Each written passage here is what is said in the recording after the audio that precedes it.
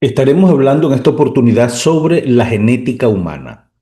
Para conocer la genética humana en el campo de la identificación humana, todo lo que tiene que ver y converge en el área forense y judicial, o su aplicación a casos antropológicos o históricos, que es el tema de nuestro interés particular, es necesario de disponer de unas bases medianamente sólidas con conocimientos generales y específicos que nos sirvan para comprender en cada momento el cómo y el por qué de cada uno de los resultados posibles de una investigación genética y las diferentes interpretaciones de esos mismos resultados. Vamos a usar un sencillo razonamiento lógico para explicar por qué analizando el ADN se puede identificar a una persona. Por supuesto, diferenciándola de entre todas las demás. Cada ser humano es diferente. Dos personas pueden ser más o menos parecidas, sobre todo entre familiares cercanos, pero nunca son idénticas, salvo el caso que se ha mencionado, ¿no?, en la literatura universal sobre los gemelos univitelinos. Y aún estos tienen algún factor que distinguen el uno del otro, como vamos a ver más adelante. Esta diferenciación entre las personas se debe a que existen millones de posibles combinaciones de ADN entre un espermatozoide y un óvulo fértil debido al fenómeno de recombinación genética que se produce durante la meiosis. Por lo tanto, sería estadísticamente necesario que una misma pareja tuviese millones de hijos, lo cual no suele ser el caso, para que por casualidad dos de ellos tuviesen idénticas características en todo su ADN. Por eso puede haber personas parecidas, incluso muy parecidas, pero nunca idénticas genéticamente, salvo la excepción que yo indiqué. Este extremo se aplica a todo tipo de ADN, tanto al que conforma los genes, el factor codificante, como al no codificante. Y este último, como ya he descrito, es precisamente el que resulta más útil para la identificación humana. Este es el principio de la identificación humana por vía genética. Si estudiamos con detalle una serie de características del ADN, vamos a ser capaces de identificar a una persona frente a todas las demás. No es necesario estudiar todo el ADN, igual que no es necesario mirar a una persona de cerca para diferenciarla de otra. Estos parámetros como la estatura, el color y la cantidad de cabello, la forma del tamaño de la nariz, de los ojos, los labios y la boca, o el color y tono de la piel, hacen que nosotros podamos diferenciar a una persona de otra. Del mismo modo, el ADN presenta una serie de características que van a permitir establecer con cierta rapidez una identificación. Esto es muy útil, pues si hubiera que estudiar todo el ADN, el tiempo necesario y el costo harían inviable ese intento. A grandes rasgos, la identificación genética es similar a la que se realiza tradicionalmente por medio de las huellas digitales. Si uno mira sin especial atención las características, las marcas de espirales, por ejemplo, los dedos de los índices de dos personas le parecerán iguales. Líneas más o menos paralelas formando caprichosas curvas alrededor del pulpejo. Sin embargo, se mira con más detalle y mejor aún con una lupa y empiezan a aparecer diferencias bastante claras. Tanto inclusive que permiten diferenciar sin ningún género de dudas o de pensamientos encontrados a una persona de otra. En este caso, hasta los gemelos univitelinos presentan huellas dactilares diferentes, porque si bien la conformación de las mismas tienen una base genética igual a la de cualquier otro tejido del cuerpo, su forma final va a depender de factores externos que van a influir en la dermis del embrión y del feto en las primeras fases de su desarrollo. Así siempre hay más de una característica que tiene un hermano y no el otro, y viceversa. Y por eso no hay dos huellas digitales iguales. En este sentido, las huellas dactilares constituyen todavía un método de identificación insustituible para la policía y en cualquier situación en la que sean precisas altas medidas de seguridad. Ahora volviendo al ADN, hay una frase que resume mucho de lo que el estudio de esta molécula ha puesto en la identificación humana. La aplicación del ADN a la criminalística ha sido el avance más importante desde el establecimiento de las huellas dactilares como medio de identificación.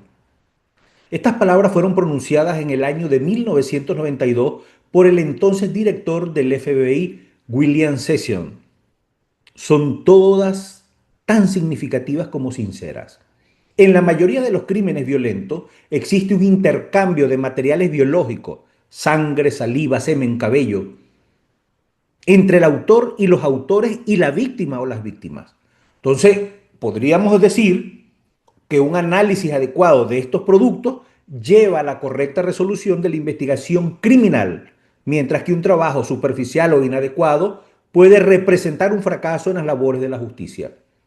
La introducción de las técnicas del análisis del ADN en la criminalística ha supuesto una verdadera revolución, tal como lo indica el señor Sessions, ¿verdad? El exdirector del FBI del año 92, por varias razones, entre las cuales vamos a destacar las siguientes.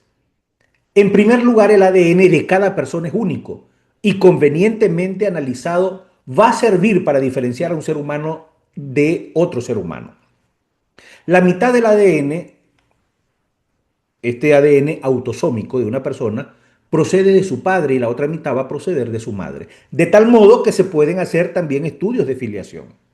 En segundo lugar, el ADN es común a todas las células del cuerpo y un análisis adecuado de lo que se denomina indicio biológico criminal, sangre, semen, cabello o pelos, y su posterior comparación con el material genético de la persona sospechosa va a posibilitar la identificación positiva o negativa de un presunto delincuente. En tercer lugar, es posible llegar a identificar, por supuesto, a una persona a partir de indicios biológicos muy pequeños, invisibles al ojo humano. En cuarto lugar, es posible obtener información de indicios biológicos aunque haya pasado mucho tiempo desde el momento en que fueron depositados, incluso muchos años después. Gracias a todo esto, la tecnología del ADN ha superado con creces los límites de otras técnicas de investigación, muchas de ellas exclusivas para cada diferente tipo de indicios. Nunca hasta ahora había sido posible utilizar procedimientos analíticos tan potentes y tan seguros, porque si el ADN es capaz de implicar a una persona como autor de un crimen determinado, sin que quepa duda alguna, con mucha mayor facilidad es capaz de excluir como sospechosos a quien sean inocentes. Para comprender cómo se identifica con ADN, hay que plantearse el tema con una visión de conjunto, asumiendo que pese a la dificultad de las técnicas que se emplean, su aplicación práctica no difiere mucho de las técnicas habituales que usan las fuerzas de seguridad de los diferentes países o que en buena lógica aplicaría una persona cualquiera para reconocer a otra. Conocemos con un ejemplo esta técnica. Imaginemos que un número grande de personas observa cómo se produce una agresión por apuñalamiento en plena calle, por lo que son llamadas como testigo para la policía para proceder a la identificación del autor. Las declaraciones van a cambiar de acuerdo a la posición y a las circunstancias personales de cada uno de los activistas que estuvieron en ese lugar. El primer testigo se acuerda perfectamente de que el homicida tenía el cabello largo. El segundo testigo lo que mejor recuerda es que sus ojos eran de color claro, probablemente azules. Y el tercero indica que llevaba unos guantes de color azul oscuro. El cuarto testigo lo presenta vestido con un jersey verde con un dibujo amarillo en el centro de su pecho. Y el quinto testigo no tiene dudas a la hora de declarar que el autor llevaba unos pantalones vaqueros con un gran remiendo en la rodilla derecha. Finalmente, un sexto testigo presencial de la escena se acuerda del color blanco y rojo del calzado deportivo del criminal. En este caso especial y puntual, la suma de todos los datos puede servir para identificar a un sospechoso en una rueda de identificación, aunque algunos son datos muy poco consistentes, puesto que tras el crimen el autor puede cortarse el cabello, afeitarse y cambiar completamente de ropa. Además, estos datos serían difícilmente objetivables y probablemente inútiles en la práctica para enviarlos a otras delegaciones o a otras comisarías. Si el homicidio ocurrió en un X país una semana después, tras las investigaciones preliminares, se sospecha que el presunto autor está en otro país. Probablemente tendrá muy poco interés para la policía de que el autor llevase una semana antes un jersey verde con un dibujo amarillo, unos pantalones vaqueros con un gran remiendo en la rodilla derecha o un calzado deportivo de color blanco y rojo. De todos modos, a la población en general, a los ciudadanos normales que fueron testigos de ese crimen, no se les puede exigir más. Sin embargo, para realizar su trabajo con efectividad, los funcionarios policiales deben usar criterios comunes, entre otras cosas, porque las fotografías que se guardan en los archivos se basan en los caracteres del rostro y no en datos secundarios como la ropa.